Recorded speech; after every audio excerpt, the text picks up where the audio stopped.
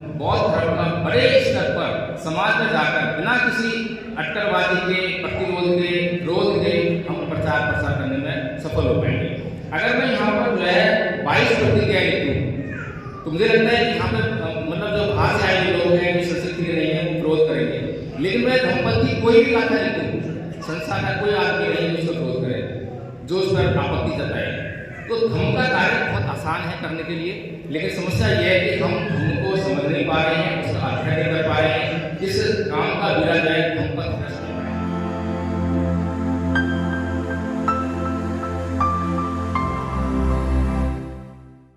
सोकातस पवटन्ति परिवर्तन है, यानी कि जिसको विश्व रूपी कृष्णा अपने ग्रंथ में ले लेती है, उसके शोक उसी तरह से बढ़ते हैं जिस प्रकार से वर्षा में जो घास होती है वो बढ़ती है।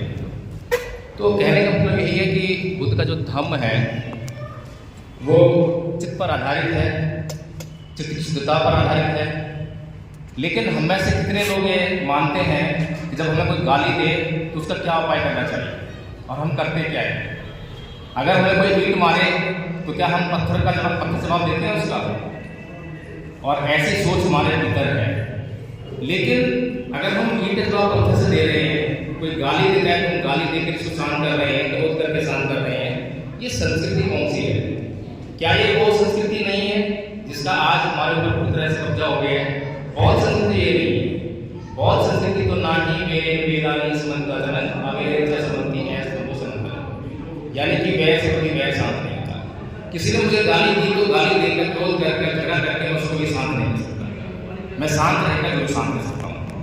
तो जो संस्कृति हमारी है, जिस संस्कृति को बाबा साहेब ने कदम रखा, उस संस्कृति से क्या हमारा परिचय हो पाया? क्या हम उस तरह बढ़ पाए? 25 दिसंबर सन 1927 को परम पूज्य बाबा साहब डॉक्टर भीमराव अम्बेडकर ने मनुस्मृति का दहन किया, और केवल एक बार किया। मुझे जहाँ तक जानकारी है उसके बाद हर वर्ष बाबा साहब डॉक्टर भीमराव अम्बेडकर ने मनुस्मृति को नहीं जलाया, क्योंकि यह हमारी संस्कृति नहीं है कि जले हुए को दोबारा जलाएं, मरे हुए को दोबारा मारें। ये उनकी संस्कृति है। हमारी संस्कृति तो कुछ और है, जिसकी तरफ 14 अक्टूबर सन 1956 को परम पूज्य बाबा साहब अम्बेडकर ने बड़े भारी तरीके से जो है धर्म परिवर्तन करके और उस तरफ कदम रखा। क्या हम वास्तव में अपना धर्म परिवर्तन कर पाए? जहाँ तक हमने समझा है वहाँ तक हमने प्रतीकों का परिवर्तन तो अच्छी तरह कर लिया है।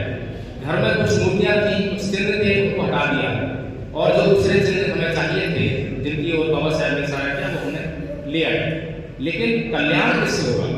प्रतीक हमारा कल्याण नहीं कर सकते। हमारा कल्याण तो हमारा चित्त ही कर सकता है। चित्त की शुद्धता होगी तो कल्याण होगा। चित्त में शुद्धता नहीं है, काम, क्रोध, मोह, लोभ भरी पड़ी है, कल्याण कहाँ से होगा? इसीलिए धम्मपद ट्रस्ट ने यह प्रोग्राम बनाया कि इस बार जो है मनुस्मृति दहन दिवस को थोड़ा सा मॉडिफाई करें। इसको कहा जाए सांस्कृतिक परिवर्तन दिवस। हमें अपनी संस्कृति में परिवर्तन करना है। आज जो धर्म परिवर्तन करके हिंदू धर्म छोड़कर बौद्ध बन गए हैं, उनके घर में भी हम झांक कर देखते हैं तो उनके चित्त में अभी भी हिंदू संस्कृति है, कब्जा हिंदू संस्कृति का है। इसी कारण से आज हम हर जगह बाहर दिखाई देते हैं, सत्ता में भी नहीं, कहीं पर भी नहीं, राजनीति की बातें हैं। लेकिन समस्या यह है कि अगर चित्त की शुद्धता पर ध्यान दें, सांस्कृतिक परिवर्तन पर ध्यान दें, तो हम बहुत कुछ अपना भला कर सकते हैं। इसी पर आधारित परम पूज्य बाबा साहब डॉक्टर भीमराव अम्बेडकर ने इसी ओर इशारा किया है कि दो संस्कृतियों के बीच में युद्ध है। एक तरफ ब्राह्मण संस्कृति है, दूसरी तरफ समण संस्कृति है। लेकिन हम समझ ही नहीं पाए कि ब्राह्मण संस्कृति क्या है जिसको हमें छोड़ना है, और बौद्ध संस्कृति क्या है जिसे हमें अपनाना है, ग्रहण करना है। तो इसीलिए धम्मपद ट्रस्ट ने जो है यह फैसला किया कि हम लोग जो है मनुस्मृति दहन दिवस नहीं मनाएंगे, मनुस्मृति को जलाएंगे नहीं, अब हम सांस्कृतिक परिवर्तन करेंगे।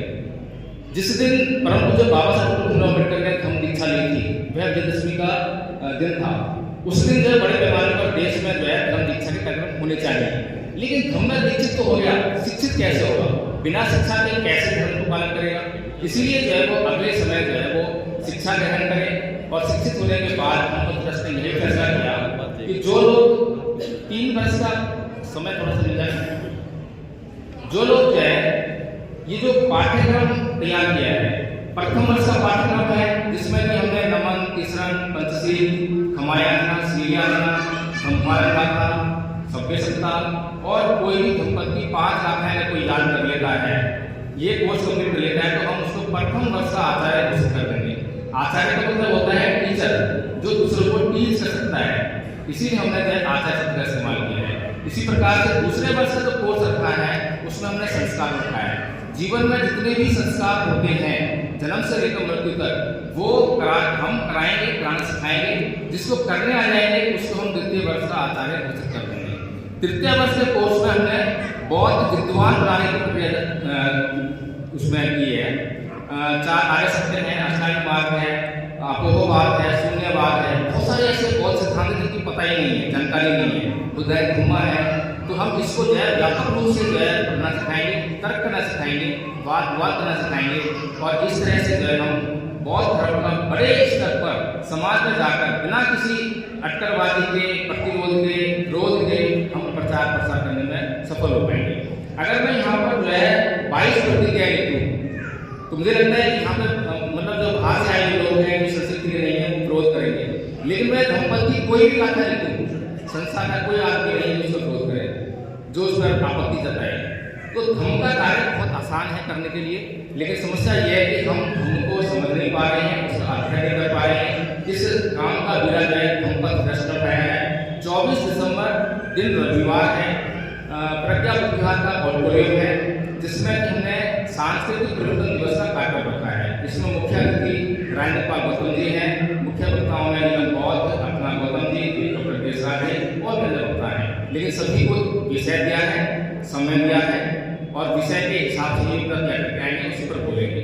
और निश्चित तौर पर 10 बजे प्रोग्राम शुरू होगा और 2 बजे प्रोग्राम को समाप्त करेंगे, समय में उत्तर देगा, पहले कर देंगे उसको बाद, और उसके बाद भोजनदान की व्यवस्था भी है।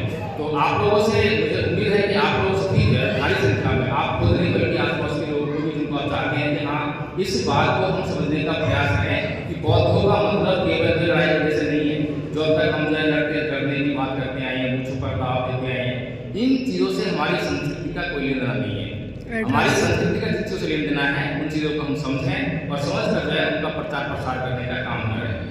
तो यदि किसी साथी को इसमें आपकी सेव करना हो तो वो भी आमंत्रित है। मेरे पास रसीद बुक भी है और QR कोड भी है, कंप्लेंट पर हम यहाँ पर जो है, और यदि यहाँ नहीं तो वहाँ प्रोग्राम में आकर के आप जो है आगे से कर सकते हैं। सबसे पहले जरूरी बात यह है कि हम इस प्रोग्राम को समझने की क्षमता करें और समझें इसको कि ये प्रोग्राम जो क्या है, क्या ठीक है क्या गलत है। तो मनुस्मृति दहन दिवस को इस बार धम्मपद ट्रस्ट जो है सांस्कृतिक परिवर्तन दिवस को मना रहा है, और ये हमारा उद्देश्य है कि हमें अपना सांस्कृतिक परिवर्तन करके बड़े पैमाने पर भारत के अंदर जो बौद्ध संस्कृति है, समर संस्कृति है, जिससे पूरे विश्व का कल्याण हो सकता है, उसका प्रचार प्रसार करना है और उसको स्थापित करने का काम करना है। जय हिंद।